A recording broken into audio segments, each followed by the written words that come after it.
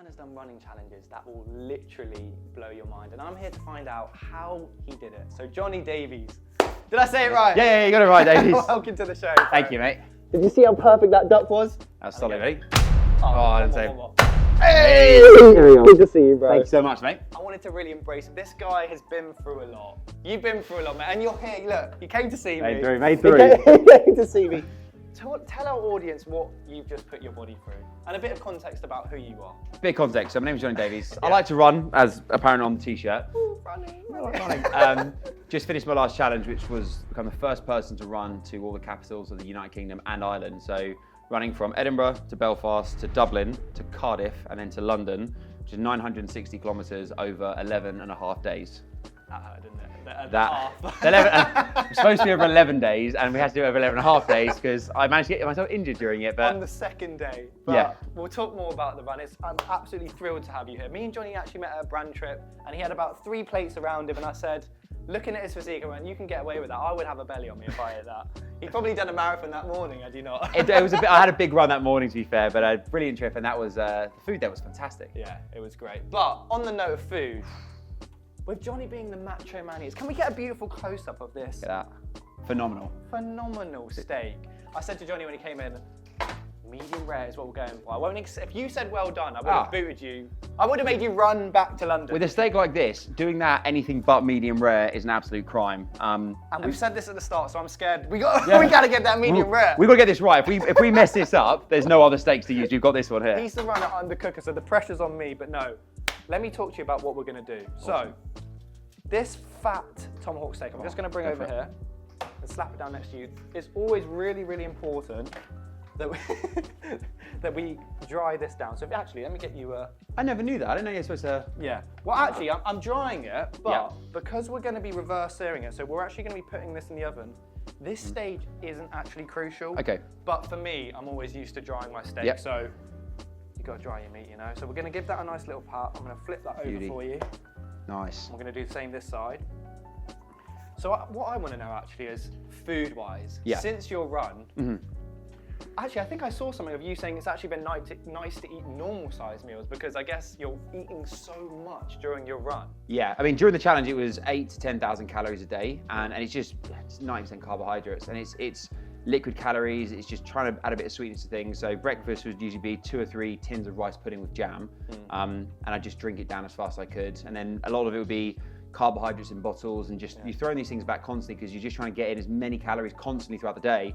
And ultimately there was no vegetables, nothing was nice. We cooked everything in an RV, so flavour wasn't top priority. It was just quantity of calories and like getting it in.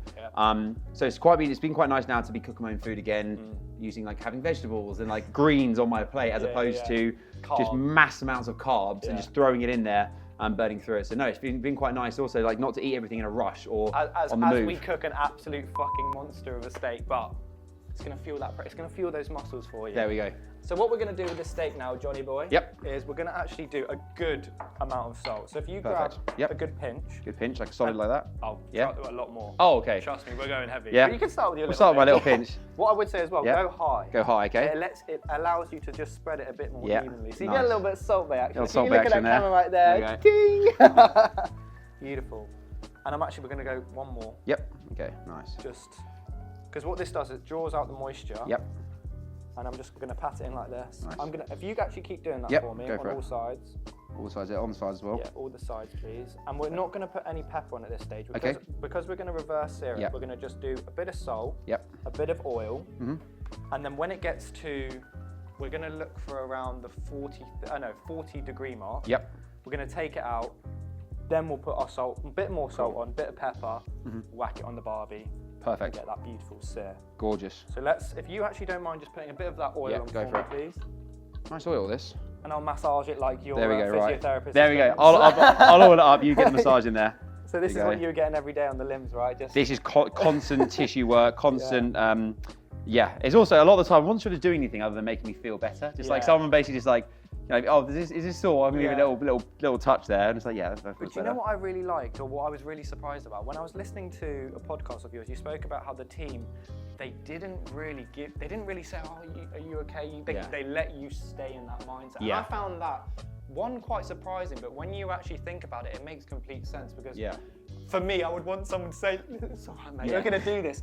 But I feel like you're so, once you get that in your head, all of those things trickle, don't they? So I think that the fact that they were supporting you, they were confident in you, I think that really helped you. So talk to me more about the team. 100%. So the team were incredible. So it was my physio Adrian from the running room, who's been looking after me for years now. My running coach Tommy Trees, my buddy Nick, camera guy Mike, and then we had a few substitutes come in, Dimitriov, Joe, amazing guys. I've known them all for years, and they're fantastic. And that core team, we built it out based on the fact that we've got a job to do, and we're here to make sure this happens. And also, they had a meeting beforehand without me, which I didn't know about until after the challenge, where they basically said to each other, "Don't be that soft, or don't.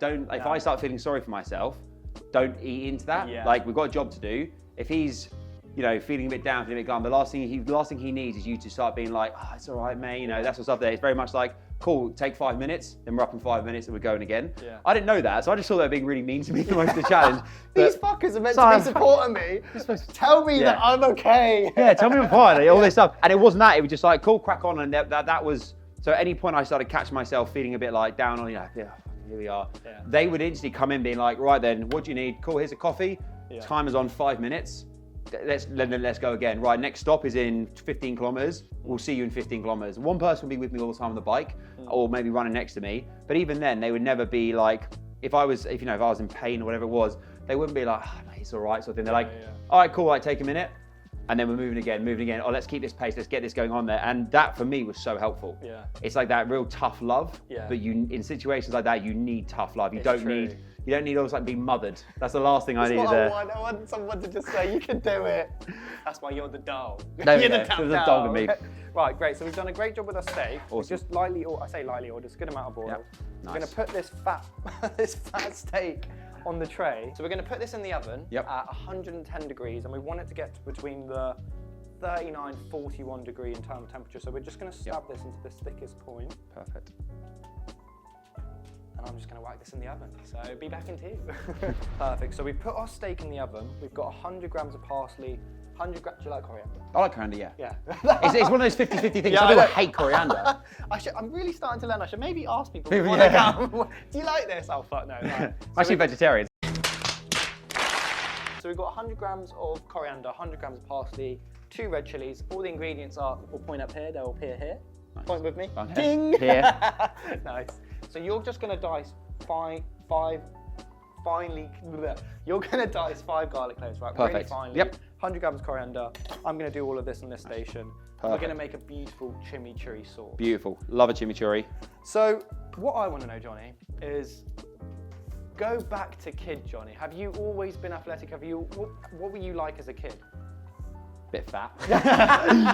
No, I was. I was as a kid. I played sport growing up, so I played rugby growing up. I wouldn't say I was very good at it either, but I enjoyed the team element to it. I enjoyed doing something, even if I wasn't very good at it. And I think that's an important factor to remember. Is like when you're doing sports as an adult, it's not about trying to be the best. It's about trying to be the best version of you doing it. I think that's really important because when you're growing up playing sport, it's very competitive. Whereas an adult, the only person you're really competing against is yourself. But running was one of those things that I think a lot of people growing up playing sport. Did you play football growing up? Yes, I did, Running was almost seen as a bit of a punishment because when you're playing sport, you're running at full whack most of the time. You're sprinting after a ball, you're chasing it. You don't really jog much in either running or in football or rugby. So what I found is like running was always a punishment. If you drop the ball, miss the tackle, it's like go run shuttle sprints, go run to post and back. We do fitness tests like the Bronco, which I don't think I've ever done that and not thrown up. Like you're going full tilt all the time. So for me, it was almost like a running trauma where it was like, running's this thing that's a punishment. We're not gonna, you only do it if you've made a mistake. And that I think sits with a lot of people who think, well, I don't want to run because I hated running. It's not that people hate running, it's that people generally don't like what they're not very good at. Right, so back to the challenge. How did you come up with that? So last year I ran the entire London Underground, which is 572 kilometers over 11 days. So I ran every tube line, station to station. And that was really fun. I really actually enjoyed that because you have days where it was ultra marathon distance, above marathon. You go from an 80k day to a 40k day to an 85k day to a 30k day. Do you look at trains now and think, don't need you. I can just. Pathetic. Yeah. I think you know what really dawned. You must be like a Google flipping. You must be like sat nav. Oh, oh yeah, if you take this left, you'll get here. More or less. On a bigger map scale, I kind of roughly know where I'm going to. But let's talk about the terrain of this journey, because I know that obviously you were talking about the tube run. It was stupidly hot last year, 35-degree heat, but this one, the weather was quite the opposite. So how did you find that? Because you're a big guy, did you like the cold? Did you prefer? Oh, 100%. I run much better in cold weathers. You know, my best for me is like 3 or 4 degrees is optimal for me running in. I find I get my best times, best performances. It cools me down quite nicely. So running in the heat really saps it out of me. Yeah. We started obviously in Edinburgh, a bit colder up there. It was actually 3 or 4 degrees at the start on the start time. But throughout the challenge, it varied. You know, we had the first couple of days of cold, then we got to Ireland, it warmed up. Then we got into Wales, warm for a couple of days and cold. Then we got into England, it just started throwing it down. So we had every possible weather condition. What I want to talk about as well is it's not even just about the running itself, it's the reason that you did it. So obviously the charity Calm, I believe it was, it's a suicide prevention charity, is that correct? Correct, yeah, Calm. They're a suicide prevention charity, provide crucial services to people who are struggling. And their whole objective is to interject to the point that's most needed. Suicide is the biggest killer in the United Kingdom of young people, men and women. 125 lives are lost each week to suicide, and it's by far the most preventable cause of death as well. Yeah, and I think that you've mentioned before in podcasts that, especially with mental health, it's a topic that you hold very, very close to your heart. And when you have people that are running, coming up to you saying that, listen, I've followed your journey, you're the reason that I kind of called Calm last year, like that, that's a real emotional thing. And I think that, especially we've talked about this before, like there is a sense of kind of like priority and also responsibility with your audience to be transparent when you have a bad day. And I think that you do a great job of doing that, as always, letting your audience know when you are having a rough day. But for sure, like life is not plain sailing, and I think it'd be silly to try and present that on the internet, because no matter who you are, no matter how things look like life's going, everyone faces challenges, everyone faces difficult times. And that's something we've all got to face. And you know, a lot of the time we get presented with these ideas of people online going, wow, their life's great and there's this. Everyone struggles with something. Well, I'm just going to quickly check the chart outside. Go for it. How is this looking, by the way?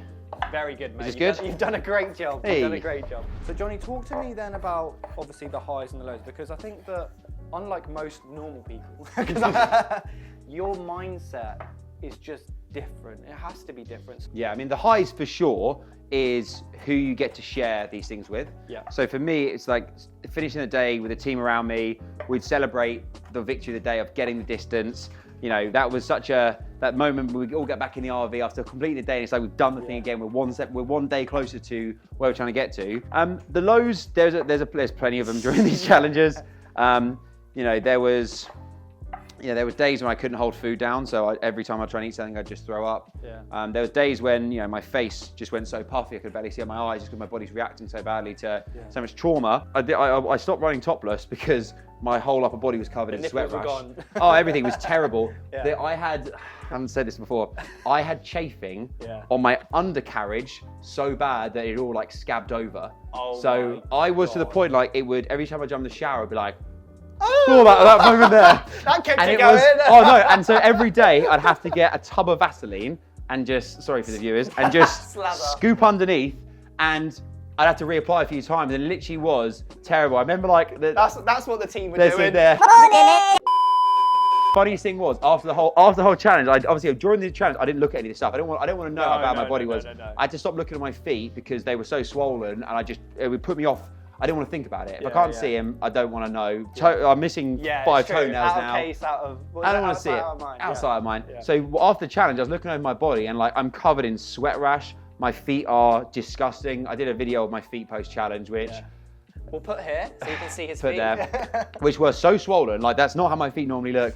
And then just the amount of rashes I had over my body from all this stuff. Like I grabbed the mirror and checked certain areas, and it was like... Was it still there? Damn. Oh, no, that's still there. I usually have trouble finding that anyway. But in this case, I was checking. It was cold. It was in Edinburgh. Very cold. What's my excuse now? But it was more a case of just looking over, and it was like, oh wow, we are beaten up. If you want to have a bit of longevity, you want to look after your body properly, eat well and sleep. And eat good food. And on that note, let's make our chimichurri. Go for it. So we've got he's done a great job. Look at that. What can't this man do? He can chop for sure. What kind of hold down a relationship apparently? Yeah. Right, so I'm going to add my parsley. Now if you add your beautifully cut coriander. Yes, please. Bosh. I've never seen this much coriander in one place. I know. It's a big fucking steak. Yeah. How are you with spice? Really good with spice. Okay, love spice. 2 chilies is fine then. Bang them in there. Perfect. What I will say about the oil, the amount of oil, is you kind of have to do it by eye. So I'm just going to add extra virgin olive oils as well. It's important because, one, it has great flavour. So we'll do a little bit. I say a little bit, but even that I can tell that's too dry. Yeah. So we'll keep that going. Give that a mix for me. Stop. And now we're going to add a splash of red wine vinegar. So I'm going to say about. Yep. Imagine if he couldn't do it. I would have felt. You could have made me feel better, man, and not made. You loosen up for me, okay? Yeah. Thank you. That's what I tell my girlfriend. So, 2 tablespoons. A nice pinch of salt for me, please. Same sort of pinch we did with the steaks. So just a little bit. Okay, a little bit. Yeah, a little bit at a time. 2 tablespoons of oregano. Nice. Right, so I'm gonna give it a little taste. Okay, here we go. Just see where we're at, what flavours, and then I'll let you have a taste. Good. Good. Yeah. Use more salt. Yep. Okay. Go. Let's do one more. One more. Yep. Go for it. Really good. I think it needs more. I've never made a chimichurri before. Think it needs anything else? Steak. The steak's still in the oven. We're going to let it get to let it get to 41 degrees, and then we're going to bang it on the barbecue. So be back in 2.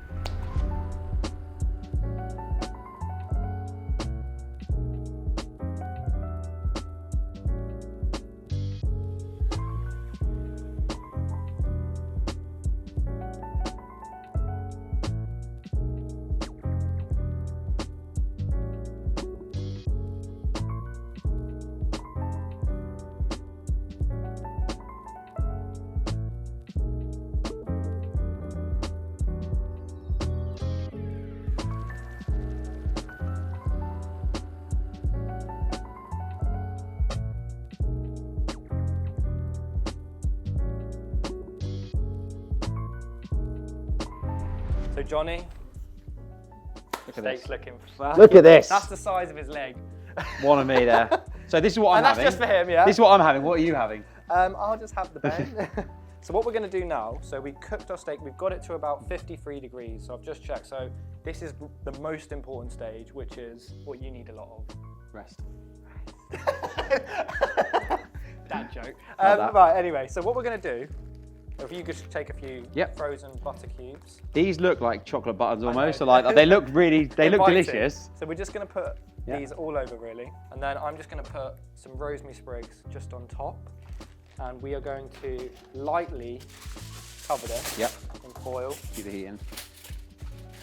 And we're going to let that rest for 20 minutes. So Johnny, steak's resting. Beautiful. We've got 20 minutes, but I want to know in terms of the preparation for your running, because there's so much, I think people just see the challenge itself, but the works that go into things like this. So talk to me about the strategy, how you actually train for something so fucking crazy. Yeah, I mean, it's the thing that most people see is the challenge. I mean, I document the training process. I think that's such an important factor with these things as well. Whether it's running a marathon, running a big ultra marathon or a challenge, most of the work's done in training. You know, that's the 6 months of prep, the year of prep, how long you need to prep for. So for me, it was the first half of training was really fun, enjoyable. I'm getting fitter, you know, up in the mileage to, 100 Ks a week, feeling really good. And then all of a sudden, the last 3 months of training is more than anything else is training the mind, is doing everything tired, doing everything fatigued. Your body's built up a lot of fatigue over a training block. And then you just need to teach yourself to, no matter how tired I am, I'm going out today and training. Yeah.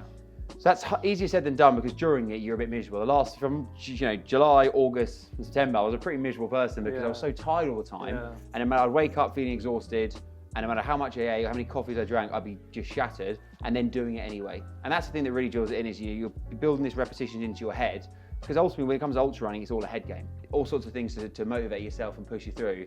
The fun parts of it what you make of it. And for me, it was just, when things get really, really rough, just start laughing. And whenever I look at my toes and notice another toenail's fallen off, you're like, I've got blisters on the bottoms of my feet and everything hurts. When you're wiping that Vaseline. When I'm wiping the Vaseline there, it honestly is, I wouldn't say it was fun, but it was very funny. Talk to me about that week after the race, the sleep, what you had to do to kind of get to a position now where you can hold a sentence together. Yeah. I mean, the first thing was sleep. During the challenge, I would be lucky if I'd slept more than 2 hours at a time, just because your adrenal system's pumping. I'd lay in bed just sweating profusely, even though I'd be really cold, and your body's so hyped up on cortisol and adrenaline still. So getting back into a sleeping pattern was key. Eating, just getting food in, you helping that recovery process, lots of protein, lots of anything really, just getting in your system. And then a bit of light movements. After 5 days, basically in bed, I was getting up and about, walking really slowly. I still had so much pain in my legs that any sudden movement would hurt so much. To be really careful about moving around. And just, you know what, one of my big goals was within a week, I wanted to be in a gym, lifting light weights on the upper body, get my legs turning over on a bike for 20 minutes, get some blood flow to them, just feel like I'm doing something. I'm so mad that you can even think about things like that after. I feel like your body just needs time to just really ground yourself again, but you're already at it again. Do you feel like you have that personality that's obsessive? Yeah, for sure. I mean, what it is, I like working towards something. Yeah. It's not the challenge itself that I enjoy, it's the process of getting to the challenge. It's who you have to become in order to do it. I always say that's the most important part of a training, but when you run a marathon, you don't do it because you get a medal. You don't do it because you get to say on Instagram, I ran a marathon. You do it because the 16 weeks beforehand is going to change you. It's going to turn you into someone different. It's going to make something of you. And that's the beautiful thing. The marathon itself is just the last run of the whole thing. It's about all those different runs, the consistency, the disciplines, all that effort you put in. That's the real part of it you want. The actual medal itself is irrelevant. I've got a bunch of them. I don't hang up in the house. Are you sure? I was in your bedroom, like, so this one was 200k, 400k. It's, the most important thing is what you take from these things. So, bang. Get that beautiful cut. Nice. Here. Ooh. That feels macho, doesn't it? Oh wow, man, that looks so good. Yeah, that's good. This is always going to be. Very good, nice skills, mate. Which one? This one there, yeah? Right. Oh, there we go. Beauty. Oh, we done well. Yeah, smashed it. Alright, got a few more pieces. Wait a minute! Can you get him with this? That's so good. Oh, wow. I had to give you a macho flipping meal. That's unbelievable, man. That's so good. Mate, we've not even got to the best part yet. So remember that beautiful sauce we made? Yes.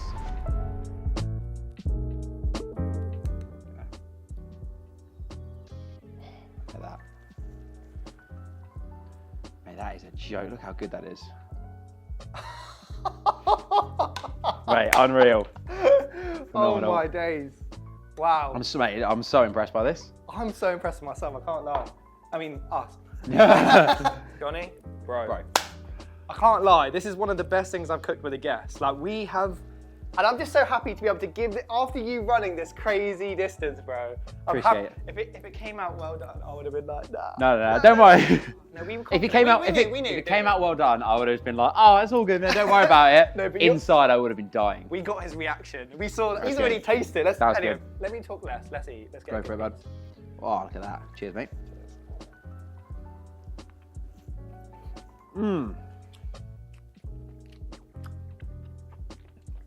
Holy shit. That is so good. The chimichurri is beautiful. It's a beautiful bit of meat cooked with love. Beautiful bit of meat. That's not what they're saying to you at the moment.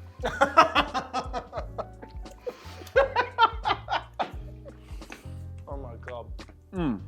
So whilst you're chewing away, because you yourself, you openly said, like, you've been through tough times, like, people come to you a lot for advice, and you yourself as well, I think it's important, you said to your audience, it's really important to be able to show your vulnerability, but also offer advice. So what would your advice be to people that are going through hardship? Best advice is that to anyone going through a difficult time is that we all go through difficult times in life. It's absolutely fine. The difficult things you're facing don't define you. They're not you. It's how you deal with them that you are. You know, you're not at fault for bad things that happen to you, and there's no shame in bad things happening to you. but it is your responsibility to deal with them. Because otherwise, if you don't deal with problems, the people around you have to deal with them. I think it's cool. It's good to take responsibility for things like that, and to responsibility for working through those issues. And working these issues could simply be as much as talking to a friend about it. Or maybe if you don't want to speak to a friend about it, speaking to someone else about it professionally. But either way, it's really important that when you have things that still bother you from maybe your past or things you're going through the time, understand those feelings. Because if you don't deal with those feelings, they just sit with you and they eat away, and they can affect you from years to come. At the end of the day, you know, things that have happened to you maybe in your childhood when you're younger, the last thing you want is those things to be manifest in different ways when you're an adult. Because, but be honest, being an adult is awesome. There's so many great things you get to do in life, and there's so many wonderful opportunities in this world. You get to spend it with so many amazing people. If you're not okay with yourself and you're still dealing with things, often the wonderful things in life, you're not necessarily open up to them. So I think the best thing to do, best thing for yourself and those around you love, if you are going through a bit of a tough time, understand that it's not your fault, but let's deal with it. Yeah, no, I love that. And bro, you're a big inspiration to me, to many. And yeah, I look forward to following your journey. I'm going to start running more, people. You heard it, it's in the video now, so it's my commitment, but let's enjoy this steak. Beautiful. Let's, say thank you guys for watching. Be sure to tune in next week for more guests. Locked in. I love that. Awesome. There you go, bro. Dude, that's awesome. Enjoy.